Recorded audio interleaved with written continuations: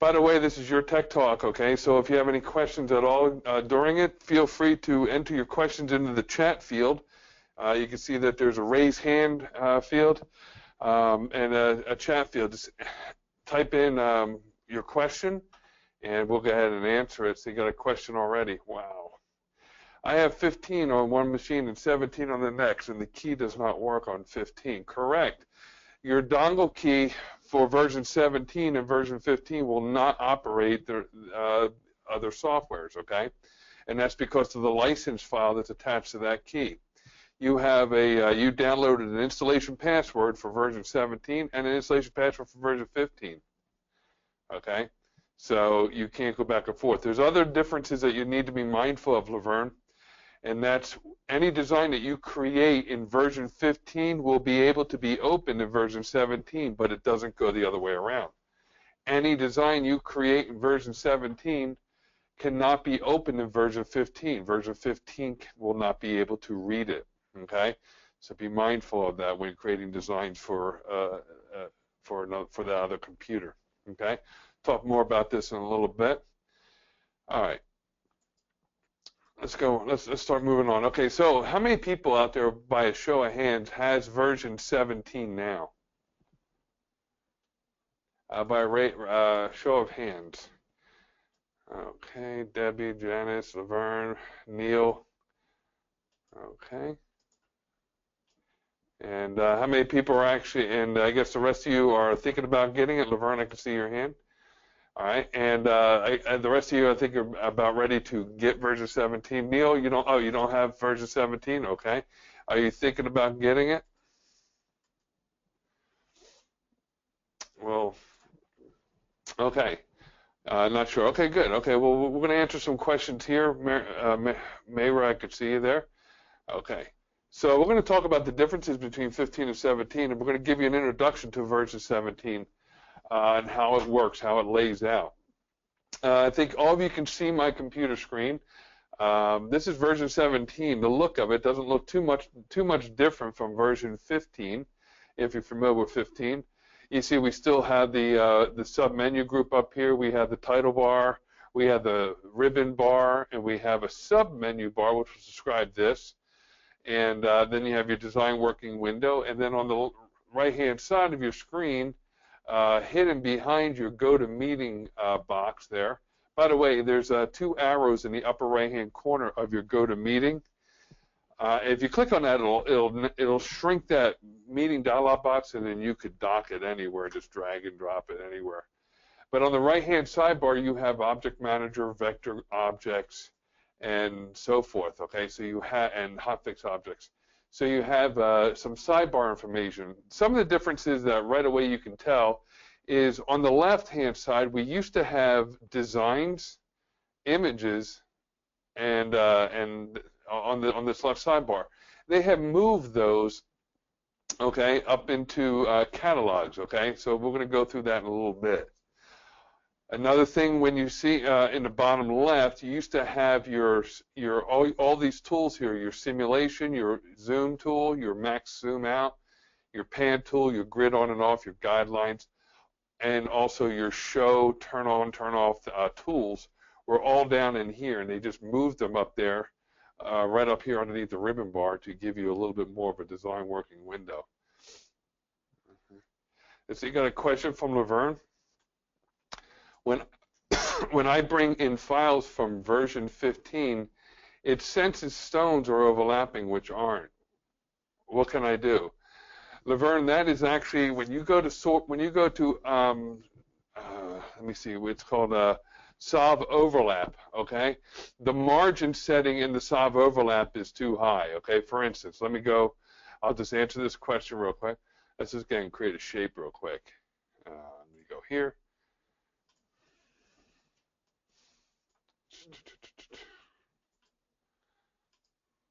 Especially pointed objects, pointed right where the points are. That's where you're going to overlap a lot. Okay, so taking a look at this. Okay, and let's go ahead and set my bead space into 14, something ridiculously spaced out. Okay. Okay, now, Marilyn, when you're looking at this, you see no overlap, but when you actually go to, let me click off my object. When I go to solve overlap, okay, you have a margin tool up here. The higher this margin is, okay, let's go ahead and set it up higher than that, because 20. You see what it does? It actually sees stones are overlapping and puts an X around them, almost every single one of them. And what it's determining the margin is if you select Edit Hotfix, you click on one stone, you see this square? Wherever this square is, it's actually, you can see it's a little larger than the actual diameter of that stone. But it's also called a safe zone, okay? And the closer other stones are to this safe zone, it actually considers that a threat. So therefore, it'll want to eliminate it. That is all controlled by the margin, okay? That is the margin of the safe zone here. So the lower this number goes, okay, if I go 15, I'll start to decrease the amount of stones that it's detecting that are overlapping. So when I go down to 0, okay, now it doesn't see anything. If I just bring that number up even just a little bit, like 0.05, you see what it's seeing? It's seeing right on my corners. See up here in the corner here? These stones, when I click on it, these stones are like a fifth of the, I'm not sure what the measurement is here. I think it's like 0.5 of an inch. It looks like inches right there. So I think it's 0.5 of an inch. So if I move this one down here and hit refresh, see now it's seeing this as the threat. Okay? Anything that touches that safe zone margin, okay? So just take your margin down to 0, okay? And then just scan your image, okay? Scan your image for any type of overlaps that may be there that you're not detecting. If you have your margin set to 0 and you are touching, it will sense that, okay? So don't be afraid that, oh, I have a 0, it won't detect any overlaps. It will. The other thing you want to make sure is that if you are using Spangle as the preview or the hotfix element, that you have sequence checked here, not stones, okay? If I have this turned off, even though I'm overlapping, it doesn't see anything. Always turn on the sequence, okay? A good safe zone margin on Spangle is 0, okay? 0. A good safe zone margin for rhinestone is 0.5, okay? It's usually what I use. Because the reason why, just to explain things to you, is stones, the way they're created, do not have the same diameter from stone to stone to stone, especially when they're glass. If they're Swarovski crystal, Preciosa stones, or Peloso stones, they'll have more of a consistency of diameter from stone to stone. But when you look at a bag and put a caliper on it, like an SS16 stone, that stone it can't be sized metrically. It's got to be sized by an SS characterization. And the reason why is because it's not there's a variant there. The stone size is supposed to be anywhere. It's going to be anywhere from 3.4 all the way up to 4.1. I think is the variant. So because of that, you want that little bit of margin for those discrepancy of sizes. Okay. But on Spangles, your margin can be set to 0 because it is a die cut system.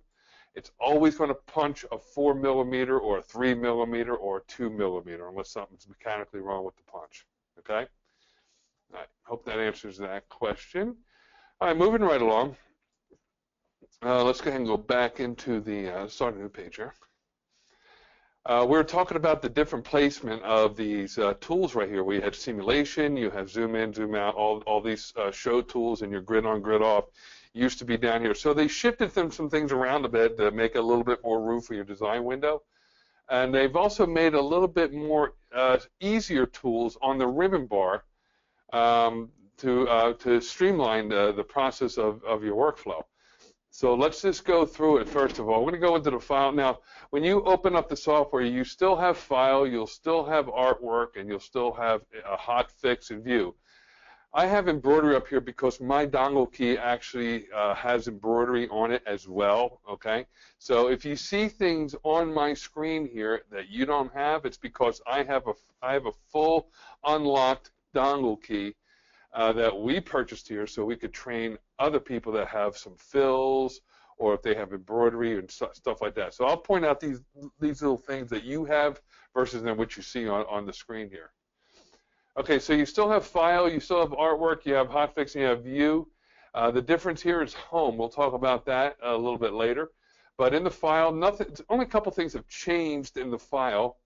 For instance, we still have the start a blank design document. You have a simple wizard. You'll have a hotfix, complete hotfix wizard here. Okay, you won't have this complete wizard embroidery. You'll just have blank design, simple wizard, and complete wizard hotfix. You'll also have open up a design document where we can navigate to a design that we have been creating. This will be a DSG file or a system format file. Whenever you see the word system format file, it's dealing with a file that is part of the computer, okay, or part of the design era software, not not an SRT file that your rhinestone machine or CAM machine will use, or a DST file for a spangle. Okay, these are DSG files. You can also import a graphic file, and this will be either a vectored image or a graphic image or a CorelDraw image or Illustrator.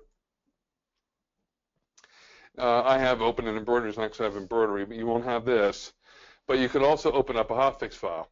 Now, with the hotfix, you can see right here now, these aren't looking for YNG files, okay? A YNG file is a YungNam file or a file that was created from GemMaster. This is an add-on feature. You could buy this feature if you have created a lot of designs in GemMaster in the past, because that's all that was available back in the day. You can actually add on the YNG function to actually open up these GemMaster files and in the Sierra and send them off to a different machine. Okay, so that's an ability there. Let's see. Again, that is a purchasable upgrade. Okay, so this will be grayed out if you don't have that YNG. Okay. Your last recent documents will be shown over here. It does give you the last 10 documents, okay, where they're located. In your save, there are some changes here. If you remember, you can actually save and export as.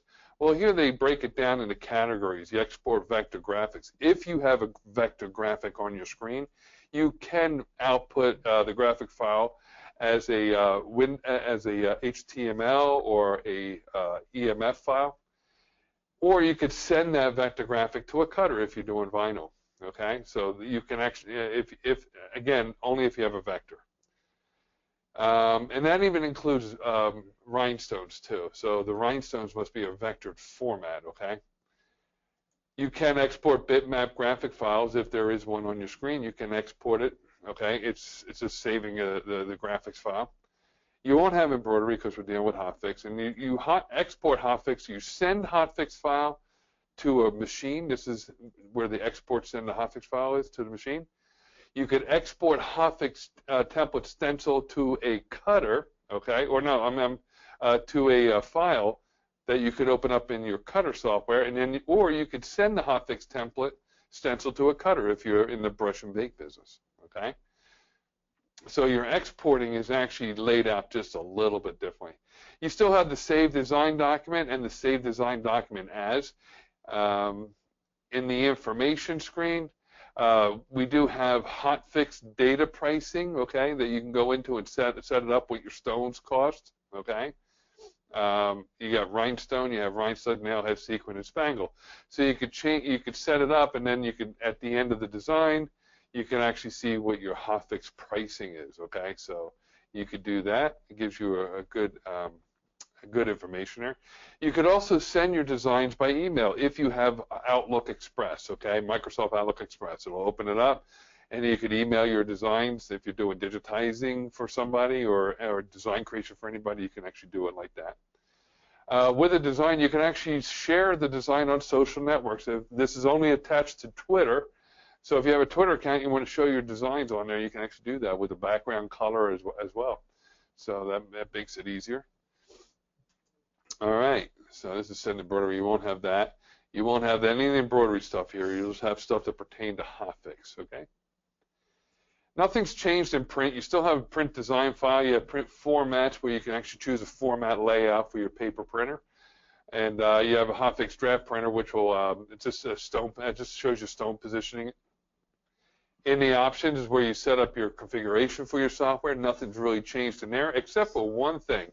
Under guidelines, your grid now has a subgrid. Okay, you have the basic grid, which is you can do a solid line, and a subgrid, and it just gives you a little bit more lines there to line things up. You still have the customized shortcuts key. And in the account, this is where you're going to activate the software. If you remember version 15 on the home screen, up top you had you don't have a home screen anymore, which used to be all the way on the left-hand side over here. And you would activate from the ribbon bar. Now it's actually under accounts when you click on the file. So right here is where you'll have your activation. The other thing that's changed is now you have up to 5 computers to activate on, okay? You can see I got 1 activated and 4 remaining, okay? By the way, just to clear things up, I get this question all the time. What happens if you run out of activations? Well, what happens is, let's say you had 5 computers. All 5 computers got burned up in a fire.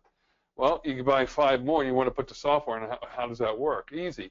When you activate the software, it'll recognize you've had previously 5 activations, and it'll ask you which of the other computers would you like to deactivate. You just choose it and you activate. So it's just a turnover kind of thing right there. How do you send your files to be cut? Myra Rowland asks. Okay, let's go ahead and show her. Okay, when you're number one, you need a you need a cutter that is HPGL kind of centered. Okay, the format must be HPGL. IO line is one of them. GraphTech cutters another one. If you, yeah, some roll-ins on. I believe the Silhouette. It's GraphTech. Maybe not. I'm not sure. We have a test file for it, but if it is HPGL or HPL formatted, you have a US cutter. US cutter, I think, is HPL. It will cut it. What I'll do is I'll choose my file. Okay, let's just go. And where did I put that file? There it is right here. Okay. Here's my file. Shrink it down to a little bit more doable. All right. I want to cut this out. Okay, what I would do is I would go to File. And I would go to Save. And I would export, send Hotfix template stencil. And you can see what I'll do is I'll go to Preview, and here's my stencil, my cutout. Now what you would do is actually send a cutter right here, okay? You can actually frame it, okay, which I don't really do figure framing. Or you can actually send to the cutter or send to HPGL, okay? This is a cutter that's not recognized by the software. If your cutter can read HPGL files, this is where you go. Once you click on Send, it will ask you to choose your cutter. Okay, it'll be listed just like a printer would be.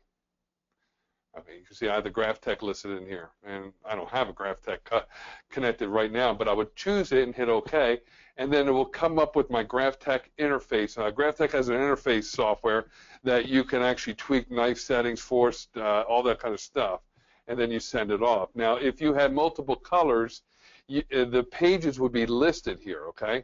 And then you just choose the page that you want to cut, okay? It's very simple to do, okay? Let's see, if you want to get another dongle for another location, what is the charge? That I'm not sure. Coleman & Company will be able to answer that question for you. It would be a non-dongle base, non-driver dongle base, okay? In other words, you need a dongle. You need a red key to open up the software, but there's different types of dongle keys that have different drivers, so you could send these designs to a specific machine. The most common is the Spangle machine and the CANS machine, as well as the other machines on the market that Sierra creates software for. If you have a design staff, I have a customer that actually the rhinestone machine is down in the basement, so they need a dongle key to send designs to the machine, but their design staff is on the 4th floor. So what they do is the design staff have their own non-driver dongle-based keys where it just allows them to create designs.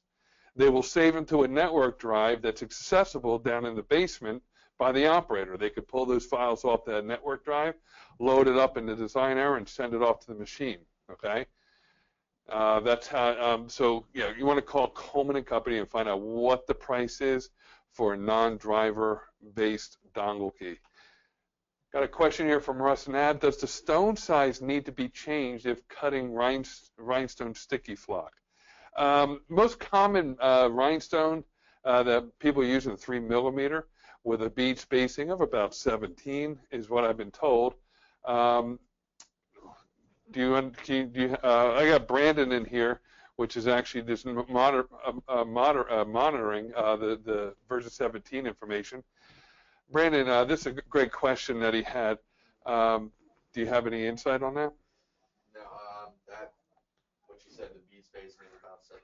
Yeah, the bead. Yeah, you can cut any stone size. Yeah. But for brush and bake, size 6s always give a tough time. Size 6s are really tough only because most cutters cannot do overcut. In other words, it starts at 12 o'clock, comes around, and meets at 12 o'clock. You want it to start at 12, come around, not only stop at 12 o'clock, but continue down to 1 o'clock. It's called an overcut to make sure you have no hanging chads out.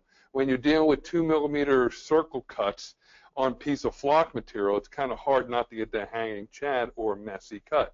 So it is a little bit of maintenance that you have to do to the flock material to make sure the cuts are consistent, make sure the spacing is correct. But that's why a lot of designs from blade depth and force and all that is very crucial. That's why a lot of people actually just do 3mm. It's a more cleaner cut, more consistent cut. Design flow from creation to output is actually much more streamlined. But you can see, brushing is very easier too, especially in the drier season. So a couple of those things you might want to keep in mind. All right, moving on. All right, great questions, by the way, everybody. All right. So in the file, so that's how you would send to your cutter. Let's see, what else? And then exit. Okay, so we're done with file. Any questions on the file menu at all? Okay. Moving on, artwork. Nothing has changed in the artwork. Okay, a couple ways that things work. In the artwork, we still have the ability to open up a rasterized file. That's a JPEG, PNG type files, things with a white background kind of things. Most of your clip art images will be JPEGs and TIFFs and all that stuff.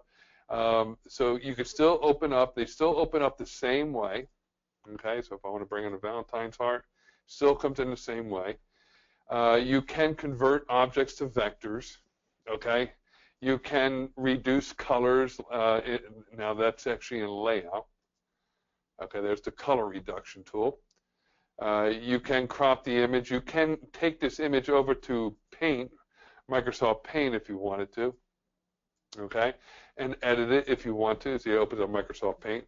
Never really know why I would have to do that, but it's there for you if you want to. So nothing's really changed with artwork. Same thing with vector files. You can still get from the application of CorelDraw Illustrator. It has helped its corrective. I know bringing in the objects from Illustrator and CorelDraw was somewhat problematic depending on the version of the Illustrator or CorelDraw you're using. Every time, people ask me all the time, Al, why does Sierra keep writing new version softwares and why are they charging us for it? Well, it's the same reason why CorelDraw has to make X8 and X9, and that's why Adobe has to make Photoshop CS5 and CS6. It's because every time Windows makes a new product, Microsoft Windows 10, the drivers that were working on Windows 8.1 may not be able to work on Windows 10, and what you'll get is a crashing issue, a lot of latency issues with some hang-up times and some freeze-ups. So these software engineers have to keep up with Windows changing of their systems so their software will work a lot more efficiently on them. So this is why we're all the way up to this version here, version 17, is because Windows keeps changing. Okay, the cost of that, there is a cost for that, okay? So for the Sierra software to make sure that the software you use works on your Windows system, okay? So let me see, can you take a pre-designed rhinestone template in Corel, bring it into Sierra 17? The way you would do that is you would save that design as a PLT file, And you would want, if you're working with CorelDraw to make anything rhinestone template because you're used to it, or because that you're comfortable with it, you want to have the add-on feature to this design error software called import PLT. It allows you to save that PLT file out of CorelDraw and import it into here to send it off to a machine. Okay, so basically what you do is in the catalog, you would go to Hotfix Designs, Machine Format. I'm sorry, wrong one. Where is it? Hold on 1 second. Let me find it. Hotfix. It's called a stencil file. Okay, these are going to be my PLT files. Okay, and I think I have some PLT files on here. Let's see. Do I have them? Let me look. I thought I did. The way it works is this. I don't have any PLT files on here. Sorry about that. But what it does, it finds those you save it as a PLT file to CorelDraw, and you have to have circles. They have to look like circles, not a graphic. And then you bring it into the design error software. Design error software, which stone and size do you want to appropriate to this part of the design, that part of the design, that part of the design. Once you do that, it comes in. You could send it off to a machine type. Okay. So, but you would need, it doesn't come free. The add-on functionality of that PLT add-on, I think it's like 165 or something like that, or somewhere around there. Let's see, another question from Debbie Hill is, how do you send a design to someone who also has version 17 software? Simply, you just attach it to an email, and you can send it to them. Okay, if you you're using Yahoo or Gmail, if you have Microsoft Outlook Express, okay, then you could actually go to save. Hold on. Oh, sorry. So I'm going to go to, I think it's print. Nope, information. In the information tab, you could send the design by email. Just click on it, and it'll automatically attach it as an attachment to Outlook Express. You can email it right to them. Question from Russ Nab: is there a breakdown of what's included in each system of Hotfix? I'm not sure what you're talking. Is there a breakdown of what's included? On the website, there is a breakdown on Design Error's website. There is a breakdown of what it comes with. Okay, what's involved with Hotfix Error 17, and the URL for that is www.sierra-software.com. And right there, it'll actually tell you what the breakdown is. Okay. All right, moving on. Okay, so we are in artwork. Okay. The only other difference with artwork is how the text is done. Okay, you still have your shapes, your basic shapes, and you have your editor, which brings in lines where you can do polygon, star, lines, and spiral. All those things were available in 15. Your text actually is different now. It gives you a text box down here where you could type in what you want to say. Okay, and then the vector text box right here is where you change the font. You change the height of it, and I want you to checkbox. Boom, it comes right in. Okay, so you change that. I'm not sure why. It doesn't provide any benefit or functionality than it did in version 17. The fonts still come in as a vector. Okay, you can see the connecting points. So your combined vector tools are actually a right click. Let me just go to ungroup. And then your combined vector tools are right here. So if I want to weld this together, I could hit addition, and it welds it all together. Okay. Let's see. I got a question here. Basic of each. Reg V17 and GoPro V7. I'm not sure what you're asking, Russ. I like the text better in version 15. True, and I like it too, Debbie. I'm not sure why they changed it up like that, but it's no big deal. It's just one added step that you have to do. Russ, if you can actually, If you can elaborate just a little bit, I'm not sure what you're looking for. Okay. All right. So that's the only real thing is in artwork, in text. Nothing else has changed in there. In Hotfix, everything's still there. In the insert, you can actually choose a native design file. That's a DSG file that you saved earlier. I have gem master files on here the YNG files. I could bring them in if I want to. This doesn't come standard on your software. This will most likely be grayed out unless you buy the add-on. You could insert a design format, a system format file. This is for my embroidery pretty much, and the import Hotfix file would be my gem master files. Okay, and my insert a stencil file. Again, these only show up if you have purchased the optional add-on package for these two.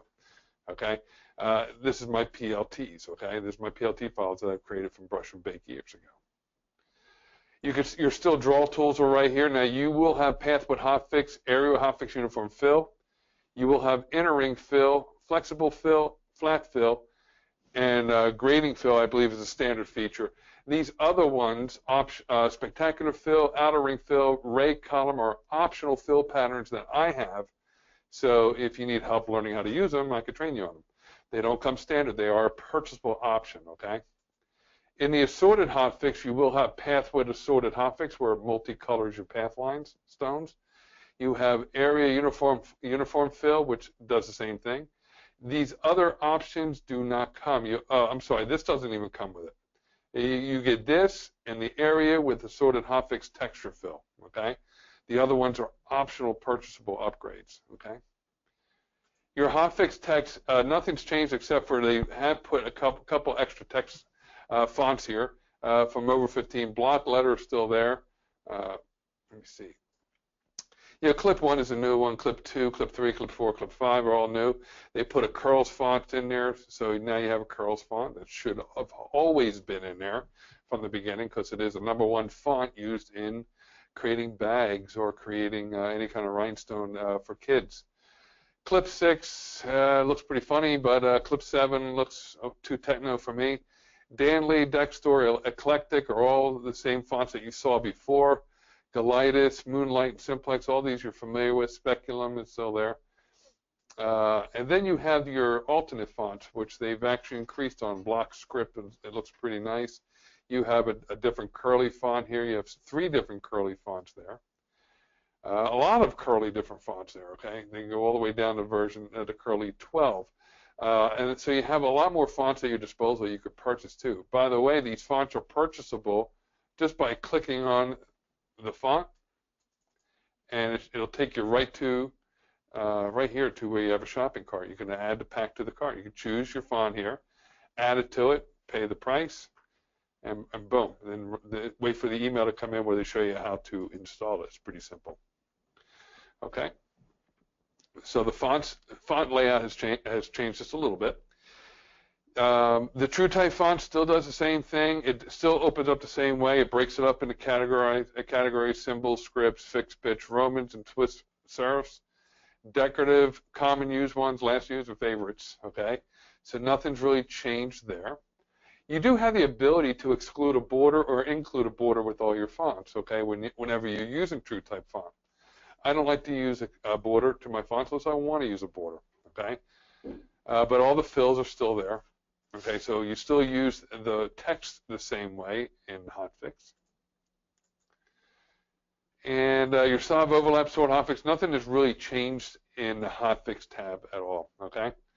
The view menu, nothing's changed on here. You do have this continuous drawing. We're not sure what it does yet. I mean, we know what the results of, or what it can do.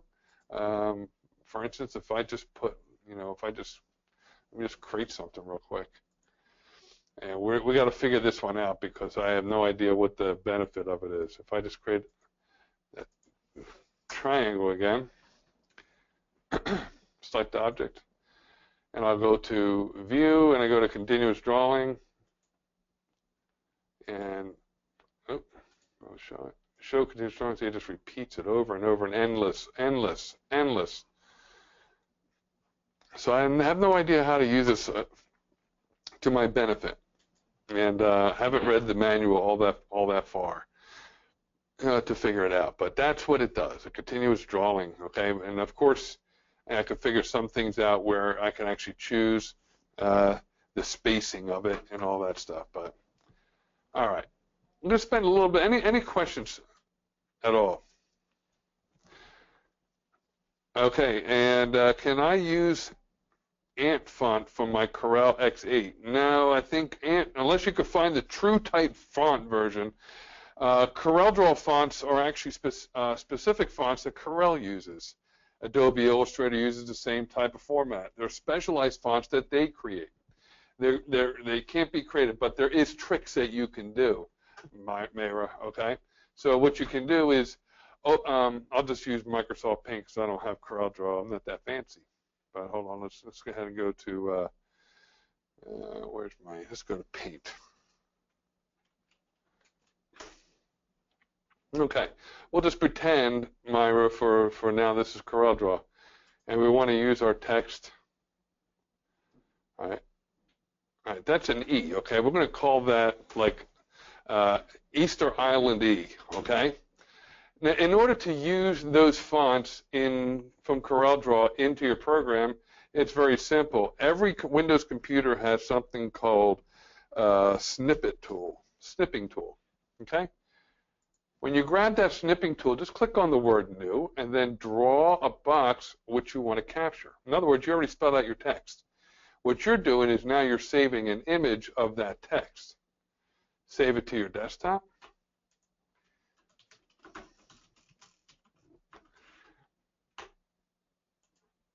And now you go into your Sierra software and you bring it in as an image. Okay, so if I go to artwork, I go to open image, go to the desktop. I did save that to the desktop, didn't I? There's my Easter Island E. You bring it in, okay, and then you just basically, if I want to convert this to rhinestones, okay, it's simple. Just go ahead and go to Hotfix, choose your stone, choose your fill. Autocomplete gives you a magic wand. Enter. Whoa. Oh, I'm on continuous drawing. Don't show continuous drawing. There we go. And then what I want to do is, let's make this a little bit bigger, shall we? So you're just going to type out what you want in CorelDraw and save it as an image, and then bring it in that way. Okay. And then what I can do is I can add a border to it. And yes, it is cheating, and that's right. No one will tell anybody. There we go. That's the only way you're going to be able to use the CorelDraw fonts and the Adobe Illustrator fonts that are designed to use in CorelDraw only, okay? It's totally legal as long as you don't tell your neighbor, okay? All right, I do have TrueType fonts. TrueType fonts are the only thing that Design Error will recognize efficiently, okay? It will recognize some open type fonts, OTF fonts, but it depends upon the complexity in the code that was written or used to write that font, okay? But inherently, you want to use TrueType fonts. If you're a font user or freefonts.com, when you're looking at a certain font, you say, that's the font I need. Make sure it's a TTF, a TrueType font. It'll tell you on the website before downloading it. Because we get a lot of calls. It's like, purchase this font. It's called monogram font, and it won't show up. It's because it's an OTF, not a TTF, okay? Okay, can they just type it and save it as an SVG and bring it in that way? Absolutely, they can do that as well. It's the same thing. It's a vector file that way. Either way, it's you can do it, okay? Little tricks of the trade. All right, so moving on, let's see. We got 15 minutes, okay. The last thing I want to talk about is the home button, okay? The home button is a totally new button, and it's going to streamline everything you do in Hotfix. If you remember, if I wanted to send this Easter Island E, okay, his nose kind of looks like mine. All right, yeah, there he is. Okay, yeah, Boy, it's not too bad of a drawing, actually. It could be anything. All right, so anyway, if I wanted to send this to a machine, I would normally have to go to File, Save, choose my export, feature export, send hotfix file, and then go over here, choose my machine type, which we'll talk in a minute, beads and trays and all. I would have to do all those steps, File, Save, Export, Send, and all that stuff. Now you don't have to do that. From the Home button, you can actually just go to Print? No. Hold on, Save right here. No, wait. Okay. Let me figure this one out. I know what I wanted. Oh, here it is. It's in the hotfix. You go to export hotfix or send hotfix to a cutter. This will send the hotfix to a cutter. This is another answer to your question. We got two for the other lady that asked us that question. There's the inside color, and here's the outside, the border color. It's right here. Right. Let me see. How do I just show this one? Let me go here. There's the two files.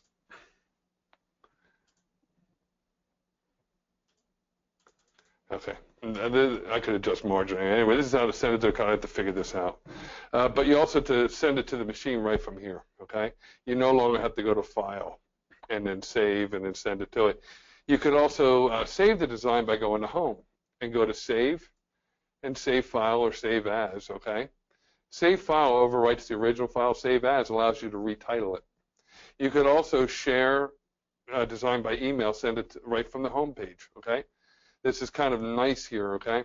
The home page didn't allow you that functionality. You used to have to go to File and then do it all from the sidebar over here. So it has streamlined a little bit, okay?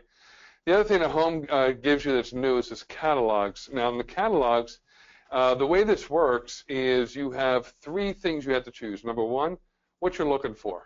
Number two, where's it located? Number three, choose what you want to see, okay?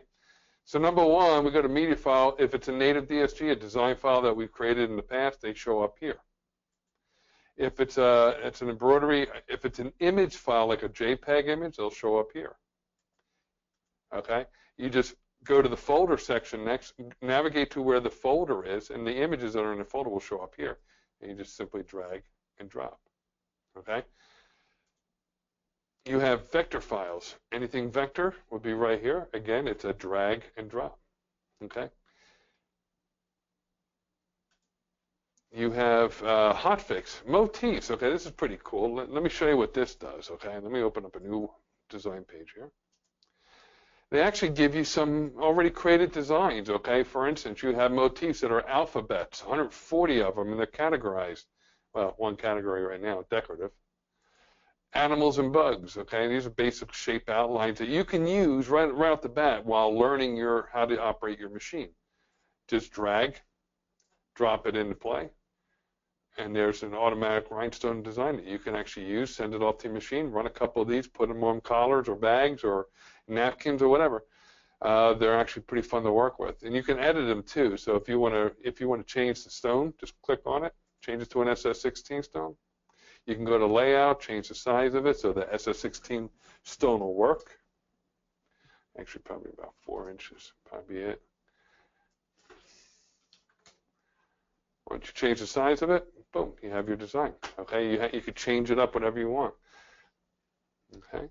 Let's see, you have celebrations of feelings. Valentine's Day is already passed, but there's some hearts here you got. Fantasy, there are your emojis. You want to send an emoji on a shirt? There you go. Happened in the 70s with the happy face. You can make your new look. Food and drinks, okay? Not many there, 9 of them. And frames and borders, okay? You have some banners and stuff like that you can use. Some quick art, okay? Just bring it in, drag and drop it in. Change it up. You could change it up. You could do whatever you want with it, okay? So these are pretty fun, okay? You can actually use those while learning your machine, okay? All right. Let's see what else we got here. Memory blocks. You could save things to memory. Memory blocks that you create, like if you have a specified folder you want to create your designs in. Most people will just create a folder, but you can store them in memory, and it's Oop, that's media. And then once you have them filled up, you can actually choose them right from there. It's just a way of actually adding more stuff. All right, and then Hotfix machine format designs. These are just Hotfix machine formatted designs. I have 2 of them, FHG and Tampa Bay Skate. Okay, any questions so far? The memory blocks are right here. If I go to list, and right now I have nothing in there, it just opens it up. All right, last topic of discussion is set up page sizes and hoops, okay? It's all found in the home. Right here you have pages, okay? So in the pages, if, let's say I use a Cricut cutter at home, okay, and I don't cut flock material at all, I just can't. It has the cut bite of a like a snail. But if I had a Silhouette, or if I had a Graph Tech, or one of those other super duper cutters, usually you would have a page size, especially if you're cutting from a tablet. I know Silhouette uses a cut mat. Well, that's what you use these page sizes for. So you can go to pages, and you can actually set up a page size. Okay, just add it to it. So if I go Silhouette. And you can set your page size. So if I have a 12 by 12 cut mat, hit a close. Right. It adds it to the list. I can go in there and choose that at any time I want. And that's my cut mat. So I can use that as a visual. Okay. The next thing. We use that for Spangle Elite. Nice. Yeah. Oh. It's a 13 by 16 is the size of the transfer paper. Right. Hold on one second. I hit F4 on my keyboard and create a problem. So let me just go ahead and click on to close that real quick. Thank you. Okay, let's go ahead and open it up again.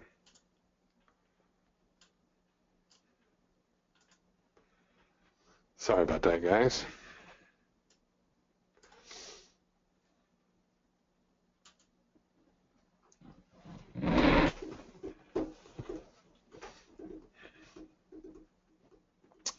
The other thing, okay, there we go.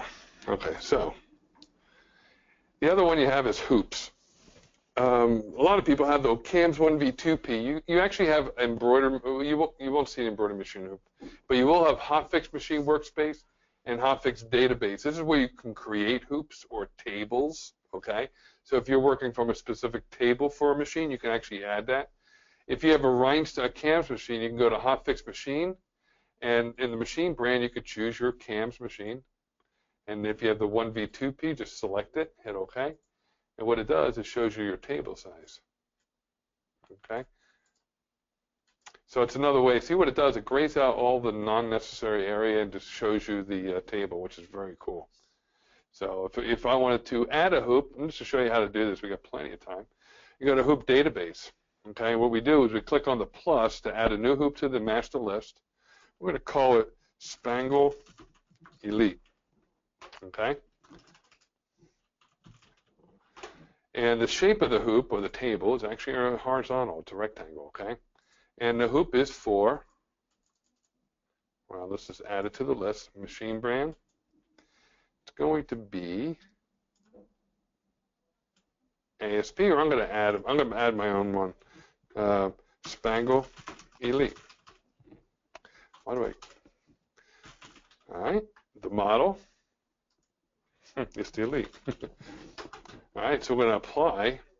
Oh, no. And then over here is the size that you want to set your media. How big this hoop's going to be in width. The maximum width of a Spangle Elite is? 13 inches. 13 is 13 inches wide? Or a height? Yeah, it's wider than it is tall. All right, so this is 13 inches times it by 25.4 gives me 330.20. The height is, I believe, 10 times 25.4 is 254. All right, what this does, it creates a hoop for me. Now what I want to do is I want to choose that hoop. You go to hoop, go to Hotfix machine workspace, and you'll just go down to Pro Spangle, or Spangle Elite, because we created the brand. Where did I put it? I didn't add it, did I? Ha, ha, ha, ha. Let me see. Nope, I forgot to hit OK. Apply. All right, let's go and do it one more time. Spangle Elite. Horizontal. And it's 16 by 13. Yeah, that's what I figured. All right, so it's 13 inches in height times 25.4 is 330.2, and it was, what is it, 16 wide? Yeah. 16 times 25.4 is 406.40. All right, and then we go here.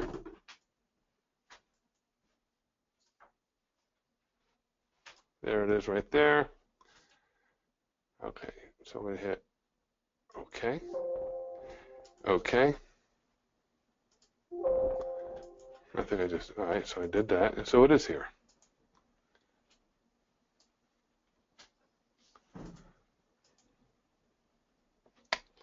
Hold on, horizontal hoops.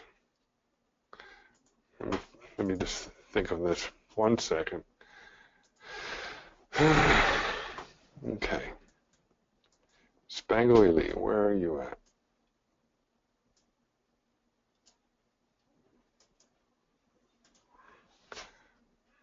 Yeah, it didn't. Not sure where I put it. All right, well, I'll have to figure that out. But that's how you could create a hoop in your machine. Well, that about covers it. Let's see. So I'm the only one with those errors. What errors are we talking about, sir? So I'm not the only one with those errors. What errors are we talking about? The access violations that I got on mine? Access violation just means that for some reason, the software could not do what I wanted it to do. It did not recognize the F4 function key when I pressed it, so therefore it gave me access violation. Usually it tries to do it when I hit escape or hit OK, it tries to do it again, and then again and again. That's why they come up all the time.